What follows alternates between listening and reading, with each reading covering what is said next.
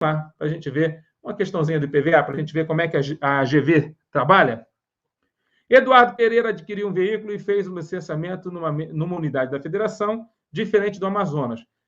Claro que eu não estou preocupado se você aprender. Eu trouxe questões aqui que vão independer da localização territorial, tá? Mas eu poderia ter colocado em estado X aqui, que a resposta não ia mudar em nada. Só que eu coloquei Amazonas justamente para deixar aqui a originalidade da questão.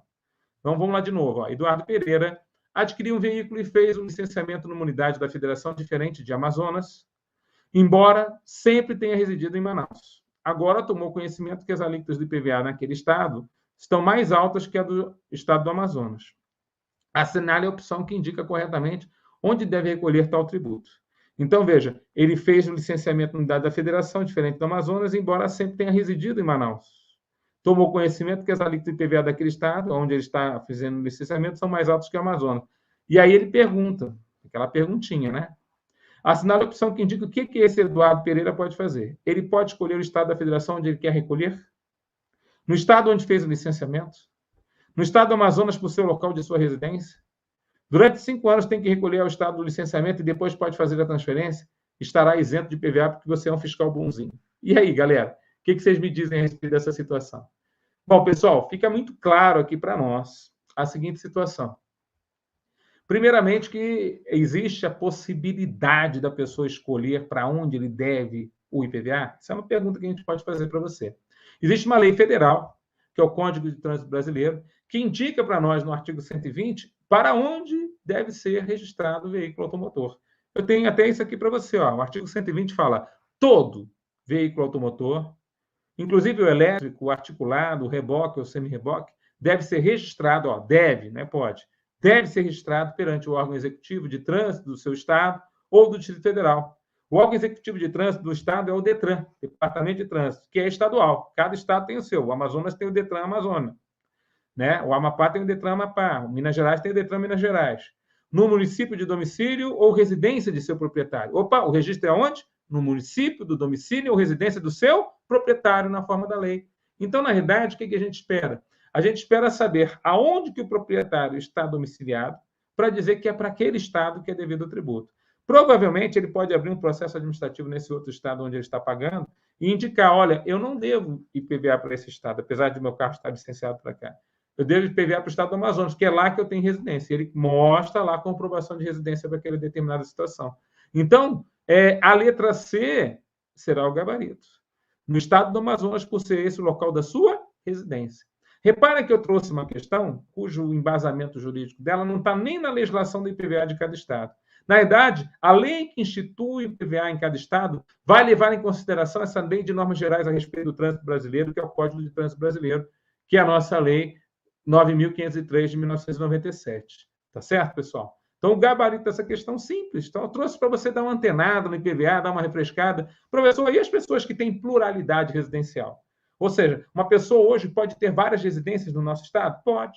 E onde está previsto isso, professor? No Código Civil. O Código Civil brasileiro prevê que uma pessoa pode ter uma casa de campo, uma casa de praia, uma casa na árvore. Ele pode ter uma casa em vários lugares. E o fato dele ter essa casa em vários lugares vai dar a ele uma pluralidade domiciliar. Então, aí, cada estado, você vai ter que estudar na legislação do seu estado, resolve o problema da pluralidade domiciliar de uma forma. Tem estados que dizem o seguinte, se você anda com o veículo no meu estado, usa o veículo no meu estado, loca o veículo de forma permanente para o meu estado, até os locadores de veículo entraram nessa briga. Você tem que pagar tributo para o meu estado. É como se o seu domicílio fiscal fosse aqui. Ué, professor, eu posso mudar o conceito de domicílio para fins de atribuir competência para tributar? O artigo 110 do CTN não fala que isso seria uma situação ilegal? Pois é, mas os estados venceram várias batalhas jurídicas e têm feito desta forma. Cada estado você vai analisar domicílio fiscal da forma como está previsto para o seu estado.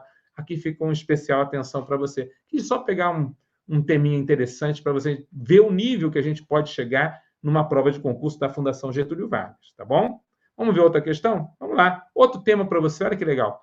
Vou trazendo um pouquinho de cada coisa. Apesar da aula ser do ICMS, acabei trazendo algumas coisas de outros tributos para você ver que existe uma importância nisso. Eu quero ver o jeitão da GV. E assim a gente faz para qualquer concurso, viu? Se a princípio a banca da Cepaz Amapá é a Fundação Carlos Chagas, o pessoal está lá e eu estou lá com mais de 300 questões treinando o pessoal da Fundação Carlos Chagas Cepaz Amapá. Procura lá também no meu YouTube, você vai ver que tem lá um monte de questão gratuita. Vai lá, acessa lá, treina, brinca, né, de ser fiscal e já brinca antes, porque depois lá você vai detonar, vai partir para cima.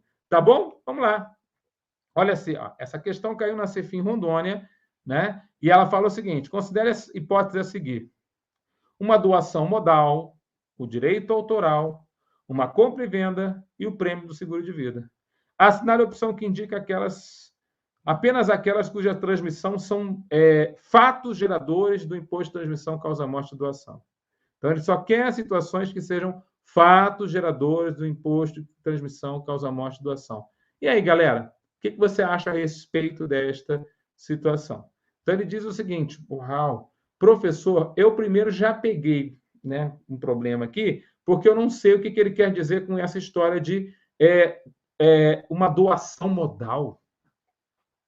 Então, eu quero dizer uma coisa para você. Quando você que está me ouvindo, você vai virar o fiscal. Você vai ser o fiscal do ITCD ou ITCMD, cada estado vai chamar com a sigla ali, mas é o mesmo imposto, é o causa-morte e doações. E aí você precisa ter algum conhecimento da matéria, porque você é a pessoa que o juiz confia em você.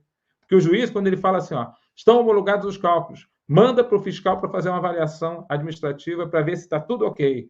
Rapaz, o juiz está confiando no teu cálculo.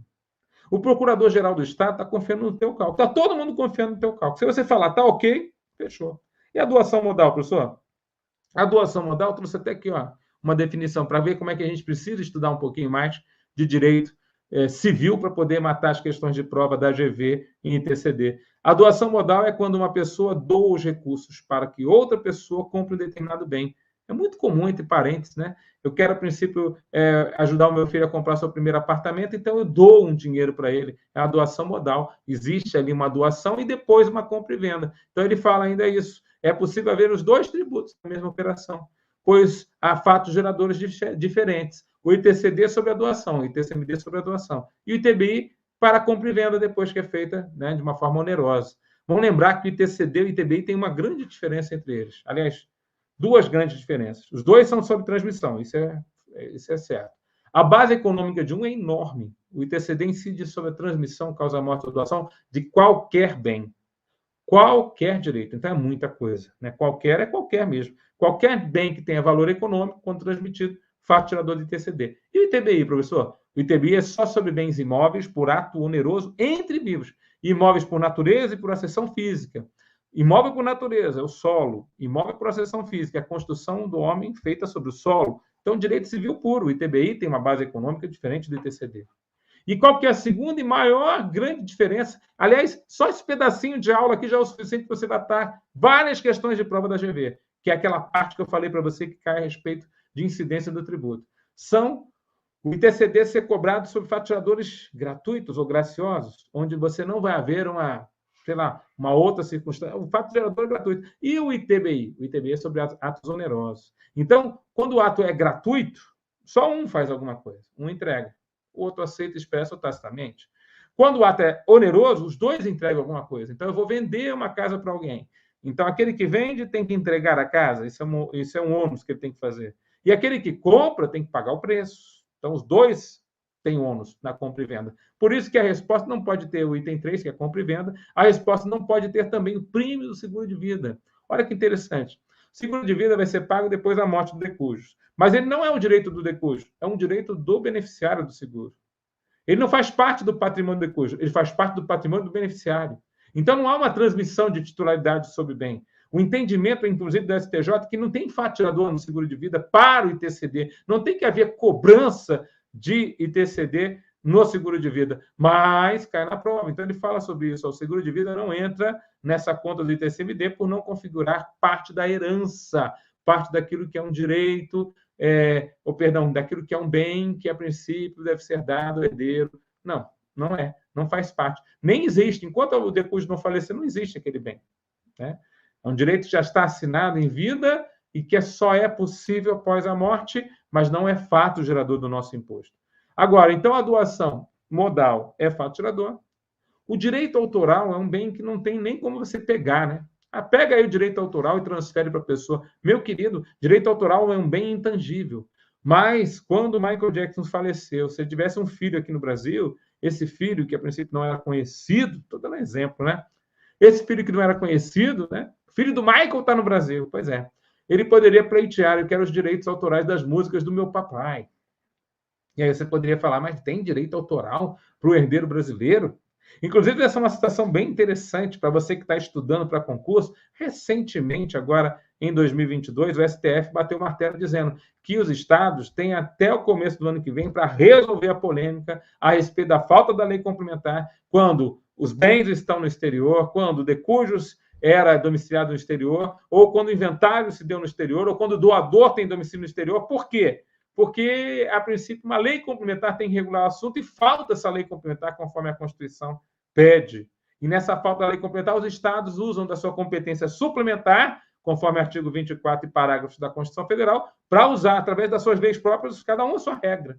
Então, hoje nós temos 26 regras entre estados e Distrito Federal para quando os bens estão no exterior, o de cujos fez seu inventário no exterior e assim por diante. E isso aí, para o Supremo, tem que parar. Então, a gente vai ver mudanças mais recentes na nossa legislação. E isso é muito novo e, por isso, a princípio, tem grande chance de cair na prova.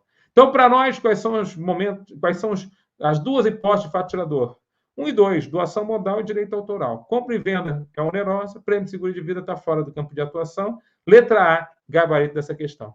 Gostaram da questão? É uma questão muito simples, mas por ser da GV e, a princípio, trazer conhecimento que você precisa conhecer um pouco mais, só falar doação, doação modal, putz, e agora, professor? Então tem que conhecer mais, tá bom? E a gente está antenado para você. Tudão, você trouxe até a questãozinha do Simples Nacional, não acredito, professor. Ué, não teve prova aí da Cefaz Bahia que caíram 5 questões de Simples Nacional na minha matéria? Eles amam o Simples Nacional. Por isso, o nosso curso que a gente vai dar aqui, quando a gente fala de CMS, né, para todos os estados, vai ter também 2 aulinhas aí do Simples Nacional, que eu considero que você é imperdível. Vou falar de novo. São imperdíveis as aulas do Simples Nacional aqui no curso. Por quê? Porque, efetivamente, você vai estar falando de uma matéria que vai cair em tudo que é concurso. Tanto é que eu já tenho curso aí já, né, gravado com 40 aulas, né? Precinho bem jóia, bem em conta aí para o pessoal já conhecer, porque é muita coisa importante que tem aí no nosso Simples Nacional. Então, veja lá, questãozinha. Você faz Bahia, foi cair com 5 questões, ó. Aqui tem uma situação muito interessante, é um tema muito referente aqui, ó. O Simples Nacional é um regime especial tributário, né? Destinado às microempresas e às empresas de pequeno porte. No que se refere aos limites e vedações do Simples Nacional, assinale a alternativa que será correta. Letra A, poderá optar pelo Simples Nacional pessoa jurídica cujo capital participe outra pessoa jurídica, desde que a sua receita bruta seja inferior a R$ 4.800.000. Caso determinada empresa de pequeno porte, optante pelo Simples Nacional, passe a ser constituída na forma de sociedade por ações, será então excluída do tratamento jurídico diferenciado do Simples Nacional, com efeitos retroativos ao início das suas atividades. Não constitui óbice a adesão ao Simples Nacional a existência de débito pendente com o INSS, com as fazendas públicas federal, estadual e municipal, em razão do princípio da isonomia tributária. As micro e pequenas cervejarias não poderão recolher os impostos e contribuições na forma do Simples Nacional, em razão da vedação da adesão de empresas que exerçam atividade de produção de bebidas alcoólicas. A opção pelo Simples Nacional da pessoa jurídica enquadrada na condição de microempresa e empresa de pequeno porte é irretratável, ou seja, não pode voltar atrás, para todo o ano calendário. Queridos, eu acho muito interessante que uma mesma questão está em vários itens diferentes aqui da prova, mas sempre, a maior parte aqui da questão está vinculada a 2 tipos de vedação a entrar no Simples Nacional, que é a vedação total e a vedação parcial. A vedação total se refere assim, porque a nossa lei complementar, essa lei complementar que está tratando aqui, é a lei conhecida como Lei Geral. O que é a Lei Geral, professor?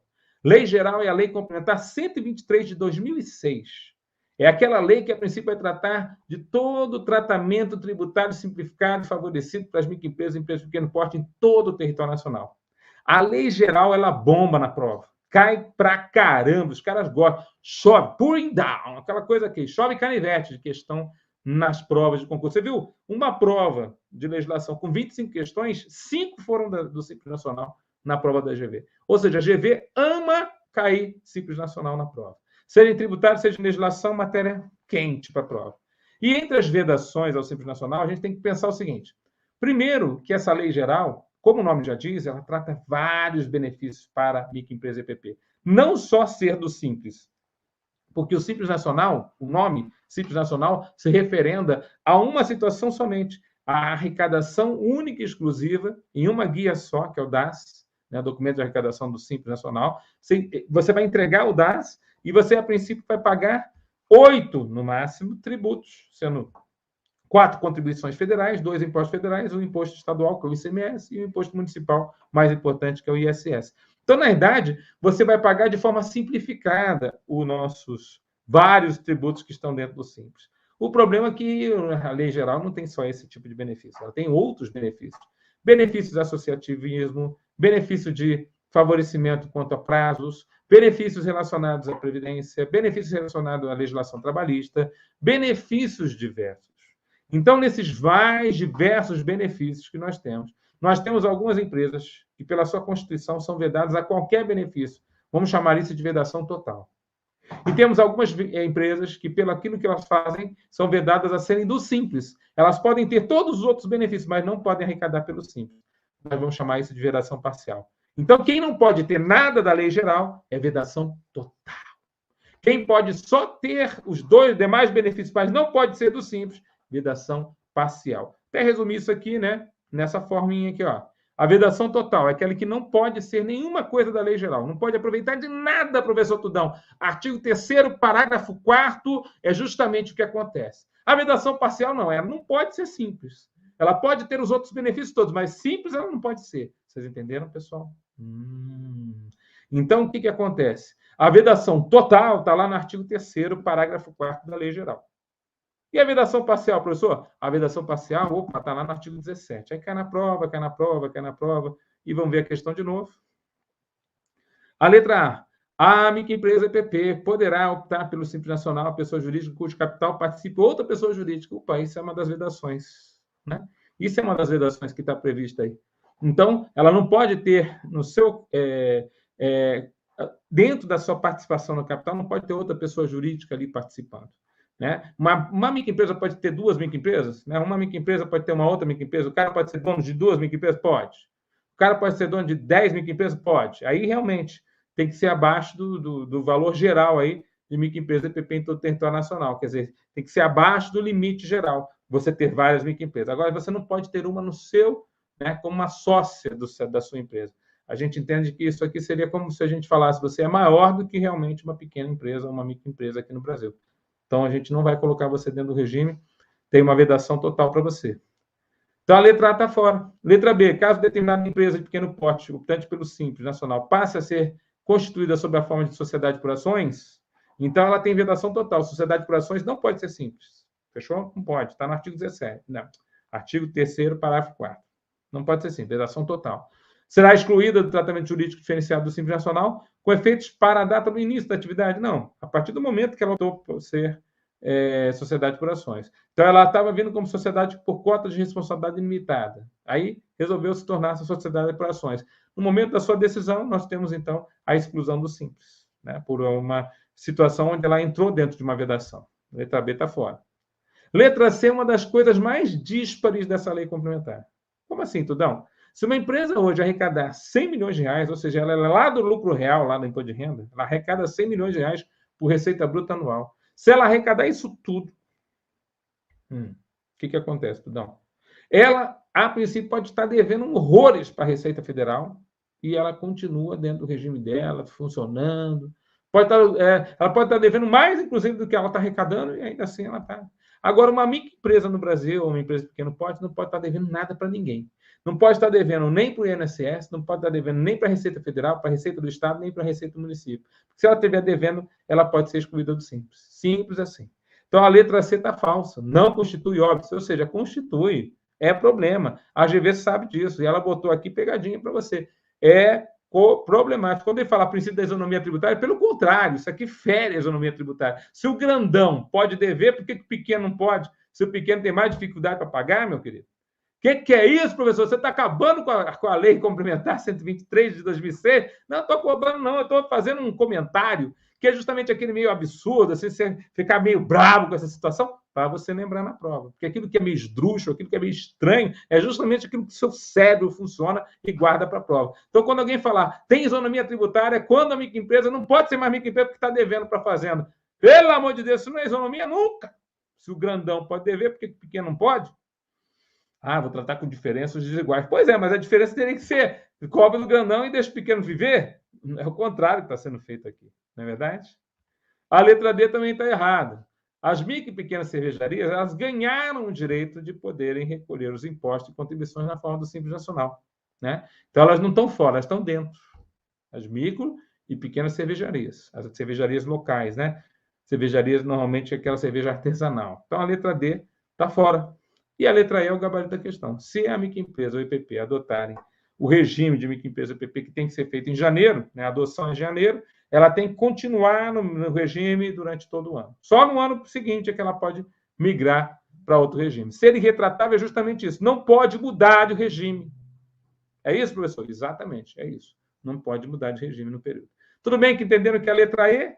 Beleza, professor. Quanta coisa legal numa aula simples, né? Mas a gente falando aqui um pouquinho de Simples Nacional também, porque a gente está já mostrando para você para que a gente veio, né? Que eu acho muito legal a gente poder mostrar para você, né, o nosso interesse. Ah, mas não poderia deixar de ter, né, o nosso querido ICMS.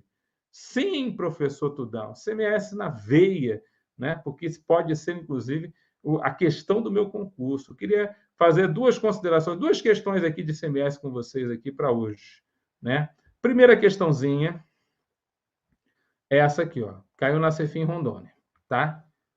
O que ela fala aqui, essa questão que eu achei bem interessante, porque o tema está muito de acordo com o que nós temos hoje. Ele fala assim, ó, Joaquim Elias efetivou uma remessa de 100 cabeças de gado da fazenda Boa Vista. Lembra que eu estou fazendo uma questão que não vai depender da legislação de cada estado. Quando, a princípio, eu estiver estudando a legislação de um estado propriamente dito, aí a gente vai profundo naquele estado, porque é aquilo que cai na prova. Aqui não. Aqui a gente vai ver, inclusive, o posicionamento do Supremo Tribunal Federal. Joaquim Elias efetivou uma remessa de 100 cabeças de gado da fazenda Boa Vista para a fazenda Ribanceira. Ambos são de sua propriedade. Então, ele é dono de uma fazenda, Boa Vista, dono da outra fazenda, Ribanceira. Sendo a primeira no estado de Rondônia e a segunda no estado de Tocantins. O gado, então, é de sua titularidade, conforme prova documental incontrovérsia. Inclusive, o pagamento do ICMS devido quando da aquisição dos animais. A Fazenda Estadual de Rondônia, no entanto, está a exigir o pagamento do ICMS no deslocamento, né? Aqui a Fazenda Estadual, aqui já é a Secretaria da Fazenda, né? Não é a mesma fazenda que está cobrando tributo, é a Secretaria da Fazenda do Estado, né? O fisco estadual de Rondônia está cobrando ICMS no deslocamento desse rebanho de um lugar para o outro, de uma para outra propriedade. Eita, deslocamento entre estabelecimentos da mesma titularidade. Você sabe sobre isso, né? Então ele fala assim, nessa hipótese, o imposto, veja que essa questão é de 2018, os julgados recentes do Supremo Tribunal Federal são de 2020, e agora foi em 2022 que bateu o martelo aqui, né? Apesar de nós termos a súmula 166 do STJ, que fala que a saída é faturador do ICMS, mas o mero deslocamento entre estabelecimentos da mesma titularidade não é faturador do imposto. É 1996, né? Já existia a súmula 166 do STJ. Mas vamos falar sobre isso. E aí ele fala assim, ó, nessa hipótese, o ICMS, letra A, não é devido porque já foi pago na etapa anterior. Estamos falando de gado, então provavelmente tem aí alguém que já pagou anteriormente. Será que é isso? Letra B, é devido por haver diferimento do pagamento do tributo. Então, eu vou ter que pagar porque tem diferimento. E diferir é justamente você jogar para adiante. Para uma nova, você transfere a responsabilidade pelo pagamento para uma nova empresa. Então, ou para um novo produtor, ou para um novo cooperativa, ou para uma nova indústria. Então, algum lugar aí vai pagar esse tributo que eu estou diferindo. Bom, letra C, não é devido por ser mero deslocamento físico do gado entre estabelecimentos da mesma titularidade. Ele não completou, mas ele entendeu, porventura, que poderia ser isso. Por incrível que pareça, esse é o gabarito. Não é por incrível que pareça. A gente já sabe que esse é o gabarito. Hoje em dia, mais claramente ainda. Mas vamos continuar. Letra D. É devido porque a circulação da mercadoria. Essa seria a letra inicial a ser pensada de acordo com a Lei Candir. Basta você olhar o artigo 12, inciso 1 da Lei Candir, você vai ver que a saída é faturador de ICMS, ainda que de um para outro estabelecimento da mesma titularidade. Então, essa saída aqui, Rondônia teria que lavrar o auto de infração porque faltou a nota fiscal, faltou o ICMS ser cobrado, mesmo que as fazendas fossem do mesmo dono. É o que fala a Lei Candir. Só que houve a inconstitucionalidade da Lei Candir nesse dispositivo sem redução do texto. Ou seja, o texto está lá, mas você tem que entender que ele não está. Uau, professor, então eu preciso entender disso, porque a princípio isso aí tem chance de cair para as próximas provas de concurso da área fiscal. Eu preciso entender qual que é o posicionamento supremo e as alterações mais recentes da nossa lei complementar. 87/96, que é a nossa lei Candir. E veja, é devido já que há substituição tributária. Então, qual que é o posicionamento para a prova? Né? Veja só, tudo começou com a ADC, agora 49, né? Ação declaratória de constitucionalidade, número 49, onde foi feita pelo Estado do Rio Grande do Norte e o relator foi o ministro Edson Fachin. O tribunal, por unanimidade, julgou improcedente o pedido formulado pelo Estado do Rio Grande do Norte e declarou a inconstitucionalidade dos artigos 11, parágrafo 3º, inciso 2, 12, inciso 1, no trecho. Olha só o que é inconstitucional. Ainda que para outro estabelecimento do mesmo titular.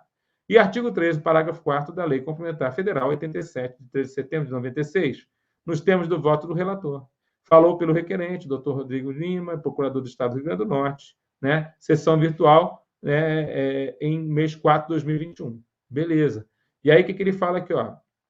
Ainda que algumas transferências de estabelecimento do mesmo titular possam gerar reflexos tributários, a interpretação de que a circulação meramente física ou econômica de mercadoria gera obrigação tributária é inconstitucional.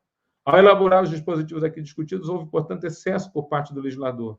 Ademais, tem-se ainda que, recentemente, o Tribunal Pleno ratificou sua jurisprudência no ARI 1255885 do Mato Grosso do Sul, do ministro Toffoli, afirmando a seguinte tese de repercussão geral para o tema 1099. Não incide ICMS no deslocamento de bens de um estabelecimento para outro do mesmo contribuinte, localizados em estados distintos, visto não haver ali a mudança da titularidade. O julgamento, então, da ADC 49 declarou a inconstitucionalidade desses artigos da nossa Lei Candir, inclusive o 12, inciso 1, que eu estava falando com vocês, afastando, então, a autonomia dos estabelecimentos para a realização do faturador de ICMS e, consequentemente, firmando o entendimento no sentido que o deslocamento de mercadorias entre estabelecimentos do mesmo titular não configura mais faturador de ICMS, ainda que se trate de uma circulação interestadual. Veja, nem dentro do Estado, nem para fora do Estado. O STF agora precisa esclarecer se é o caso de uma declaração parcial de inconstitucionalidade sem redução de texto, que é o que aconteceu. Ou seja, a Corte precisa deixar claro que, no caso específico, a autonomia é inconstitucional quando se trata de transferência de mercadorias entre estabelecimentos do mesmo dono. O que significa isso tudo, professor? Antigamente, antes do posicionamento final aqui do STF, no mês 4 de 2021, os estados se utilizavam da Lei Candir. E a Lei Candir deixa claramente no artigo 12, inciso 1, segunda parte, ainda que para outro estabelecimento do mesmo titular vai incidir na transmissão, vai incidir faturador de ICMS. Hoje, para a prova, né? Para levar para a prova, olhe a legislação de cada estado.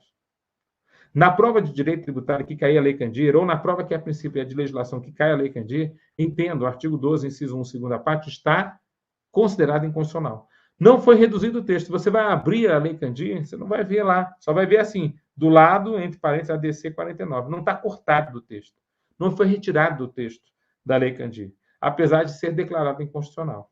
Então, para a prova, isso mudou muito o posicionamento, inclusive, do professor ou de qualquer professor da área fiscal para as provas de concurso público, quanto à minha matéria. Por isso que é tão importante eu estar citando isso olhando nos seus olhinhos. Por quê, professor? Porque quando a gente fala que agora a gente tem uma determinada circunstância, onde mesmo que a mercadoria saia de um lugar para outro do mesmo titular, não vai ter faturador, a gente tem que mudar o conceito de operação. Porque o nosso ICMS incide sobre operações. E durante um bom tempo, os estados entendiam que a operação era um mero deslocamento de mercadorias de um para outro estabelecimento, inclusive do mesmo titular. Basta que houvesse encaminhamento para consumo, porque o nosso tributo é sobre consumo. Só que o que acontece? Hoje a gente entende, não. Operação é um ato voluntário de encaminhar mercadoria da fonte de produção até o consumo, que normalmente está vinculado ao negócio jurídico, uma compra e venda, ou uma doação, por exemplo, é um negócio jurídico, e que haja mudança da titularidade. Então, a empresa A vendendo uma mercadoria para a empresa B, dando saída da mercadoria para a empresa B. Então, não pode ser o A vendendo para a sua filial A1, porque ele normalmente não vende, ele transfere. E aí, a gente não tendo a mudança da titularidade, Só que o próprio julgado supremo falou, ó, podem existir situações onde vai haver o consumo, porque nada impede também que a matriz compre um produto que vai ser consumido pela filial. Então, vai haver o consumo. Lembrando que ICMS incide sobre consumo, é um imposto sobre consumo. Tudão. Então, na verdade, ainda tem coisas para serem regularizadas pelo Supremo Tribunal Federal. Ainda não está tudo ok, ainda não está tudo de acordo aí com os conformes. Tudo bem? Mas é interessante que a gente possa saber e levar para a prova. Tudo bem para essa questão, pessoal? Então, o gabarito dela, só vou voltar nela com vocês aqui, ó.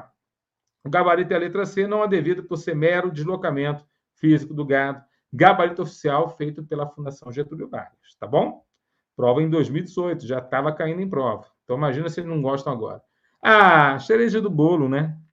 Hoje em dia, dificilmente vai ter uma prova para concurso público da área fiscal que não tenha DIFAL. Né? Dificilmente. Diferencial de alíquotas hoje, além de ser uma realidade mais recente, né, porque as mudanças da Lei Complementar 190 em 2022 alteraram em janeiro desse ano um monte de coisa sobre DIFAL. Você vai entender o porquê. E aí, o que acontece? O diferencial de alíquotas é justamente um tema muito interessante, que tem relação direta com o que nós chamamos de equiparação de carga tributária. Vamos lá. Diferencial de alíquotas tem uma relação direta com a equiparação de carga tributária. E o que significa equiparação de carga tributária? Significa o seguinte: nós temos dois tipos de alíquotas. Vamos tentar resumir uma coisa que às vezes é irresumível, mas vamos tentar. Nós temos dois tipos de alíquota de ICMS, a interna e a interestadual. A interna dentro do Estado e a interestadual quando vem de fora do Estado. A interna normalmente vai ser maior ou no máximo igual à interestadual. É o que fala a Constituição Federal. Tem exceção? Tem exceção se houver convênio no CONFAS. Mas a interna é maior. Então, se você pega um produto, por exemplo, aqui em São Paulo, a alíquota interna é 18. Se ele vem de fora do Estado, a alíquota interestadual vai ser 12. Então, olha só que interessante. Se eu comprasse tudo de fora do Estado, ao invés de pagar 18, eu pagaria 12. Então, eu teria uma economia de 6%. 6 em 18 é um terço. Então, eu vou pagar um terço a menos de ICMS se eu comprar de fora do Estado, professor? Pois é. Então, a ideia é sempre comprar de fora do Estado, que o produto vai ter um terço a menos de ICMS. Então, para que haja uma equiparação da carga tributária, quando alguém compra de fora do Estado, tem que pagar essa diferença dos 18, que seria a carga interna de tributação, menos os 12, que seria a carga interestadual. Isso nós chamamos de DIFAL. A alíquota interna de quem está comprando, menos a interestadual. É simples assim, galera. Se você entender isso, você entende o DIFAL. Como assim, professor? Exatamente. Se eu compro de dentro é 18, se eu compro de fora é 12. Quem vai pagar isso aí, essa história? A gente vai resolver quem vai pagar, mas vamos equiparar a carga tributária. Vamos fazer com que aquele que compre de dentro pague a mesma coisa daquele que compre de fora. Ou seja, o de fora vai ter que pagar esses 6% que está dando diferença aí. Isso chama-se DIFAL, diferencial de alíquotas. Equiparação de carga tributária. Você consegue entender isso? Professor, eu nunca pensei dessa forma, mas é bem mais fácil entender dessa forma. E aí, o que acontece? O que a nossa lei Candir ela trouxe, né? Nessas nossas diferenças. Olha só essa questãozinha, olha só que interessante. Ó. Questão que caiu na Cefaz do Espírito Santo. Caíram duas questões, se eu não me engano, de FAO na prova. E aí, o que acontece? O supermercado Bom Preço, limitada, com sede em Colatina, Espírito Santo, adquiriu da Sociedade Empresária Computadores 100% Limitada, sediada em São Paulo. Então, veio lá de São Paulo para o Espírito Santo. Computadores para uso próprio em seu setor administrativo. Então, é um contribuinte do ICMS, que é um vendedor de computador, para o supermercado, que vai usar como, a princípio, ele está falando, uso próprio. Então, ele é o consumidor final, só que ele é um contribuinte do ICMS, o supermercado é um contribuinte, né? Ele não está comprando para revender, está comprando para uso próprio, em seu setor administrativo. Diante desse cenário, à luz da lei federal, analise as alternativas a seguir e assinale com verdadeiro ou falso. Então, ele está falando de uma situação onde, ao invés do supermercado querer comprar de um lojista lá em Espírito Santo, lá no estado do Espírito Santo, ele comprou de São Paulo. Então, se ele comprasse lá no Espírito Santo, por exemplo, ele pagaria 18%. Como ele está comprando de São Paulo para o Espírito Santo, estado da região sudeste, para o estado do Espírito Santo, é a alíquota de 7%. Ou seja, ele vai economizar 11% de tributo se ele comprar de fora do estado. É muita coisa, no caso do ICMS. Professor, então ele deve fazer isso? Não, ele vai ter que pagar o que nós chamamos de diferencial de alíquotas. E como é que ele vai fazer isso? Aí ele pergunta aqui. Então, resumindo, antes da gente resolver a questão, veja só, vou resumir para você. Isso tudo veio com a Emenda Constitucional 87 em 2015. Você vai lá na Constituição Federal, no artigo 155, parágrafo 2º, E procura lá os incisos 6 e 7 lá da Constituição Federal, que foram alterados pela emenda. E ela que colocou, ó, vai ter o DIFAL. O DIFAL, inclusive, para o não contribuinte. E aí, o que acontece? O STF foi lá e declarou, não adianta estar só na Constituição Federal o DIFAL para o não contribuinte. Precisa também estar previsto na lei complementar para poder ser cobrado. Os estados correram para alterar a lei Candir, porque eles já estavam cobrando esse DIFAL desde 2016. A emenda veio em 2015, mas eles já estavam cobrando a partir de 2016. E era dividido, né, uma parte para a origem, uma parte para o destino, até que em 2019 em diante, todo o DIFAL, quando você vendesse para o não contribuinte, passava a ser para o destino. Então, a emenda trouxe essas novidades, e aí o próprio Supremo falou, você só pode cobrar novidade, Estado, a partir do momento que você tiver a lei complementar regulando o assunto. Muda a lei complementar, muda a lei complementar. Matéria nova aí para vocês, a lei complementar 190. Nós tivemos 3 leis complementares recentes que você tem que estudar para a prova, e todas elas estão no nosso curso, aqui na Squad.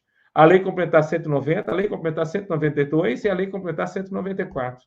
A lei de 192, inclusive, instituiu o ICMS monofásico sobre combustíveis, coisa que a gente estava esperando há muito tempo, e a Constituição Federal não estava sendo regulada a respeito desse assunto.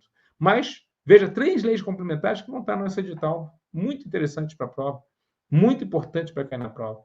Então, foi criada a Lei Complementar 190 de 2022 e alterou a Lei Candir, com assuntos importantíssimos, a partir de 6 de janeiro desse ano. E aí, eu poderia resumir o seguinte, olha só. Hoje você tem 4 DIFALs. 4, professor? Isso. A Lei Candir, ela foi alterada e tem hoje 4 diferenciais de alíquota. Nós temos o diferencial de alíquota quando o contribuinte está comprando, então ele compra, é o contribuinte que comprou uma mercadoria, então é o DIFAL contribuinte mercadoria. E nós temos o diferencial de alíquota quando o comprador é contribuinte do ICMS, mas ele também está comprando um serviço, não está comprando mercadoria. Então, é o DIFAL contribuinte serviço. E nós temos também, olha lá, em azul embaixo, o DIFAL não contribuinte mercadoria, quando você vende para um não contribuinte do ICMS, mas eu tenho que fazer equiparação da carga tributária, então a venda para o não contribuinte também gera DIFAL. E nós temos o DIFAL para o não contribuinte de serviço. É claro que todos aí são consumidores finais, mas alguns são contribuintes do ICMS, outros não. Dá exemplo, professor. Veja, quando a loja de computadores vende para o supermercado, como está aí, então o estado é X, a loja de computadores, ou era São Paulo, como estava aqui, e o supermercado está no Espírito Santo, não tem problema.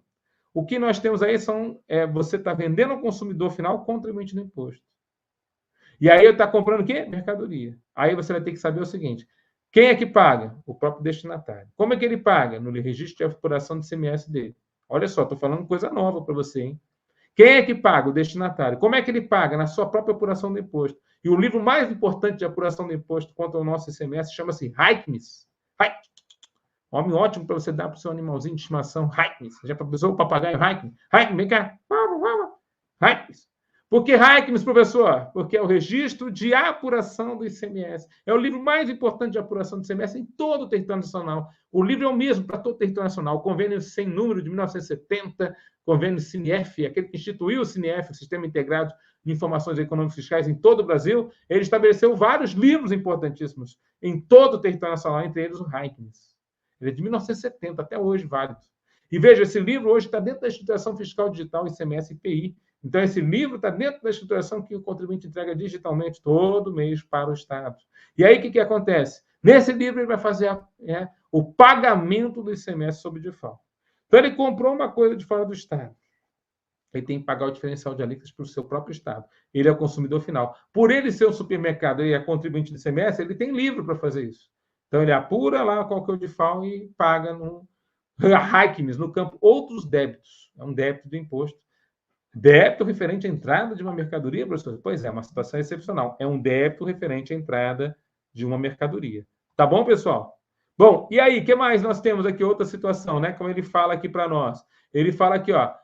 E quando a loja de computadores vender, por exemplo, o seu João, em vez de ser o supermercado destinatário, a loja está em São Paulo, o seu João está lá no Espírito Santo, lá em Colatina. Não tem problema. Seu João é não contribuinte, como é que eu vou fazer com que ele pague o tributo? Espera um pouquinho.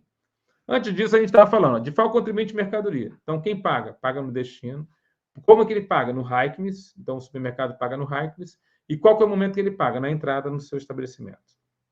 Se o DIFAL é contribuinte do serviço, quem que paga? Também. Então, se o supermercado, ao invés de ter comprado uma mercadoria, comprar serviço, paga no destino, de novo no HICMS. E como eu estou falando de serviço, serviço não é dada a entrada, serviço é utilizado, então na utilização. Fechou? Tá. Agora, de FAO para o não contribuinte, vendi para o seu João. João não é contribuinte. Não vou fazer ele pagar de FAO. A pessoa você compra de fora do Estado e já vem uma guia para você pagar a mais de tributo, além do que você já pagou. Então, quando o de FAO não é pago, quando o de FAO é para o não contribuinte, ele é consumidor final, ele é pago na origem, tá ali, ó. E ele é pago através de uma GNRE. Já ouviu falar? Guia Nacional de Recolhimentos Estaduais. Então, preenche uma GNRE. Então, quando o Estado de São Paulo, lojista, tem que, a princípio, vender para um outro Estado, consumidor final, ele tem que pagar através de uma GNRE, Guia Nacional de Recolhimentos Estaduais, para o outro Estado. Então, é o contribuinte de São Paulo pagando o tributo lá para o Espírito Santo, onde está o João. Tudo bem? E quem é que, aí, qual vai ser o momento que ele vai pagar esse tributo? Na saída. Está dando saída, já tem lá o momento para pagamento. Né? E o pago na origem também, no caso do não contribuinte quanto ao serviço. Né? Então, se o João contratou um serviço, telefonia, um serviço via satélite, então, e a princípio vai ser pago na origem, se for o de FAO, o GNRE de novo, e no momento da prestação é pago esse tributo. Então, na verdade, são várias situações, várias combinações agora. São 4 faturadores de FAO hoje no Brasil. Então, é muita coisa para cair na nossa prova. Então, caiu na prova, olha lá. E ele fala assim, ó, o supermercado, então, Bom Preço, com sede em Colatina, Espírito Santo, adquiriu da Sociedade Empresária Computadores 100% Limitada, sediada em São Paulo, computadores para uso próprio em seu estabelecimento. Então, veja, o supermercado está no Espírito Santo, o remetente está em São Paulo, o supermercado é contribuinte do ICMS e ele é que vai usar para uso próprio, então ele é consumidor final. Diante desse cenário, à luz da legislação, assinale as alternativas a seguir, assinalando verdadeiro ou falso. Tudo bem? Vocês entenderam aqui a questão? Então, ele fala assim, ó, o fato tirador do diferencial de alíquota do ICMS perante o Estado do Espírito Santo se dá na saída do produto do estabelecimento no Estado de São Paulo. Na realidade, é na entrada. O DIFAL ele não é cobrado na saída, porque eu estou falando de um contribuinte, ele é cobrado na entrada do estabelecimento do destinatário. Né? A própria Lei Candir fala que é na entrada do Estado destinatário. Os estados falam que é na entrada do estabelecimento destinatário, mas de toda forma o item 1 estaria falso, porque não é na saída do outro Estado, porque eu estou vendendo para um contribuinte do outro Estado. Então, um contribuinte que vai arcar com esse ônus. A base de cálculo do nosso DIFAL vai ser o valor da operação no Estado de São Paulo. Ou seja, aquele valor da operação que vem na nota fiscal é o valor que eu vou usar para o DIFAL. É a regra geral. A regra geral é o valor que está no documento é aquele que você vai usar para calcular o DIFAL. Então, se a mercadoria saiu lá de São Paulo, por exemplo, o computador saiu por R$3.000, você sabe que aquela é a base de cálculo para cobrar o tributo interestadual, São Paulo e Espírito Santo, 7% de R$3.000. E você sabe que os outros restantes, 18 menos 7, os 11%, para cobrar para o Espírito Santo, vão levar em consideração aquela base de cálculo na origem. Então, o segundo item é verdadeiro. O primeiro é falso, o segundo verdadeiro. E o terceiro, o ICMS a pagar será o resultante da aplicação do percentual equivalente à diferença entre a alíquota interna e a interestadual sobre o valor da operação no Estado do Espírito Santo. Não é o que a princípio prevê a nossa lei estadual e não é o que a princípio prevê efetivamente a lei Candir. Cada situação deve ser avaliada. Então, na verdade, os itens 1 e 3 foram considerados falsos nesta prova e o item 2 verdadeiro. Então, a gente leva em consideração que a base de cálculo para calcular o DIFAL é a base de cálculo normalmente vinda no documento fiscal. Exceções podem ser criadas pelos estados e a gente vai analisar cada um dos estados de acordo com as leis. Tudo bem? Gabaritão é falso, verdadeiro, falso. Alternativa à letra D de dado. Galera, eu vim aqui com toda alegria poder lecionar um pouquinho para vocês, passar um pouquinho da experiência de professor, de tanto tempo ajudando os futuros colegas fiscais. É uma honra poder estar aqui ajudando vocês aqui no Squad de Concursos. E eu desejo sinceramente, né, de todo o coração, né, como um fiscal que sou, para colegas novos fiscais que vão adentrar na nossa área e que vão estar junto com a gente, eu desejo a vocês isso aqui, ó. Aguardo vocês no curso, com todo carinho, e eu desejo a vocês que nós possamos invadir todo o território nacional com essa ajuda tão maravilhosa de outros bons professores em todas as suas áreas e também com a minha participação, se vocês assim o desejarem. E eu gosto de ouvir a experiência de vocês, a vontade de vocês, o desejo de vocês. Então, quem tiver alguma pergunta, alguma coisa, vai mandando aí, pessoal, depois manda para a gente poder responder ou entre em contato com a gente nas redes sociais que a gente falou aí para você, Instagram, Facebook, YouTube, você encontra a gente de toda forma. Desejo a vocês uma excelente preparação para o concurso das suas vidas. E para aqueles que vão estar junto com a gente, vem comigo. Nós vamos invadir território federal. Fica firme nesse propósito. Nós vamos ser fiscal. Tá bom, pessoal?